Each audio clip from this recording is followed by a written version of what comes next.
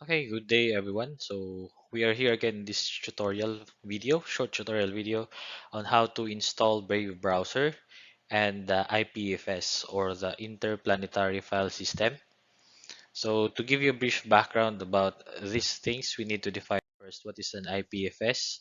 So IPFS is a distributed system for storing and accessing files, websites, applications, and data.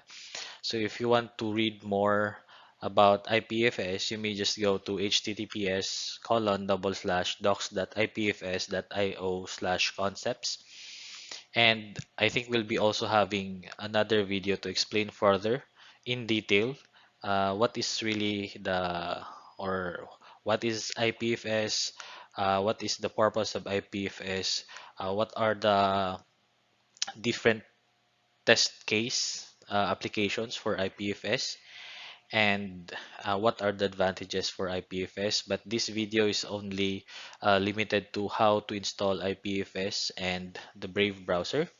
So Brave browser, on the other hand, there's quite a lot of things there going on.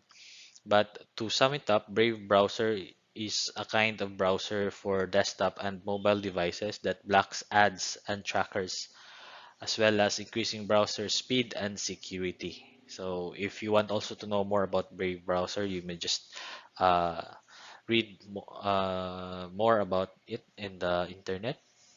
So first thing that you need to do if you want to install this, just go to uh, just go install Brave browser from that link, https://brave.com/download. So I have tried it myself, and I am sure that that's the official download site for the Brave browser. So that is the landing page. Then you're just going to click this download Brave for Windows 64-bit because I'm using a Windows 64-bit device. And actually it will just auto, there are other options. So you have 64-bit, 32-bit for Windows, Mac OS, Intel, Mac OS, ARM64, and Linux if you're using Ubuntu. So after you click the button there, download, you install that, and then you need also to download and install the IPFS Companion or the IPFS Desktop. So just go to this link here.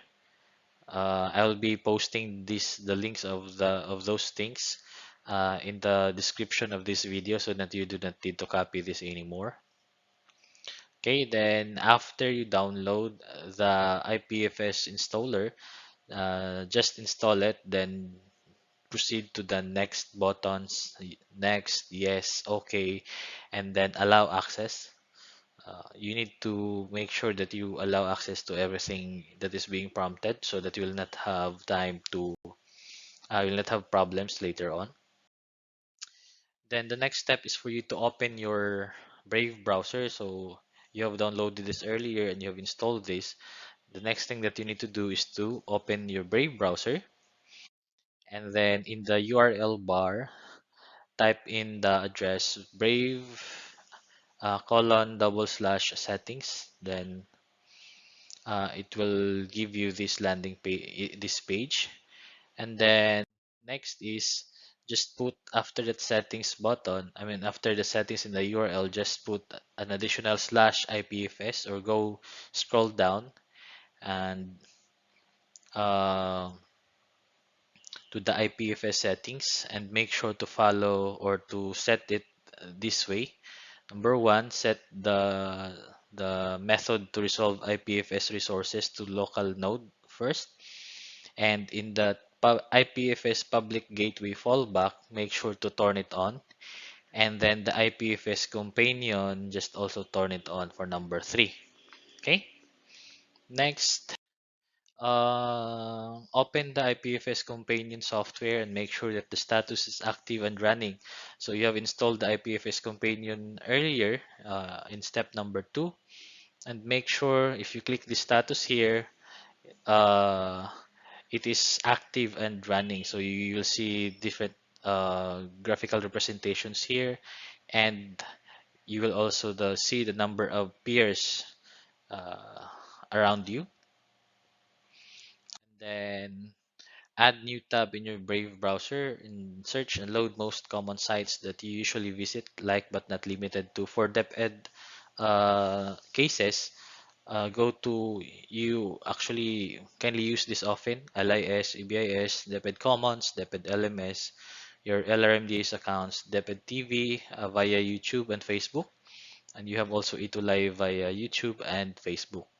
Now, if you have other sites that you usually open, also you open them using the Brave browser with the IPFS Companion, so that the next time I mean, the more number of people that is using this configuration, the more number of students, the more number of teachers. By theory, it will also increase your use. I mean, internet. I mean, your user experience. It will make those systems load much more faster, because by theory it will not go to a centralized location or source, but instead, as mentioned in the definition, it is a distributed system. So parts of the contents are being saved in the different nodes. So again, the success of this method will only rely if there will be more users will be using this type of configuration. Okay. Again, the formula is the more number of users accessing the same sites, the more often that they're also accessing the same sites, and the more number of peers around you that are using this method, the faster, by theory, the faster the user experience will be, and the more reliable the connection is. Okay, so that it will also help your problems to those places or locations with low bandwidth connectivity and minimum access to the internet. Okay, then just use Brave browser repeatedly every day, and I hope that uh, give and take, let us say, 3 months use, you will really see the difference between the first time you use Brave versus after the 3 months use. In our test case, in my experience, my experience was a 10% increase in the speed in loading the different sites, with 10% less of the bandwidth requirements needed. So you can measure this by going to your routers if you have, if I mean, going to your network settings, then measure the bandwidth before and, let us say, after 3 months of using, compare the one, let us say, compare the 1 month before using this configuration, the usual data or bandwidth requirements, then compare it again in the next months of using this configuration to see if the numbers really add up. Okay, so thank you so much for watching this. See you in another video tutorial that might help your day-to-day activities, okay, with regards to ICT in education. So thank you so much and good day.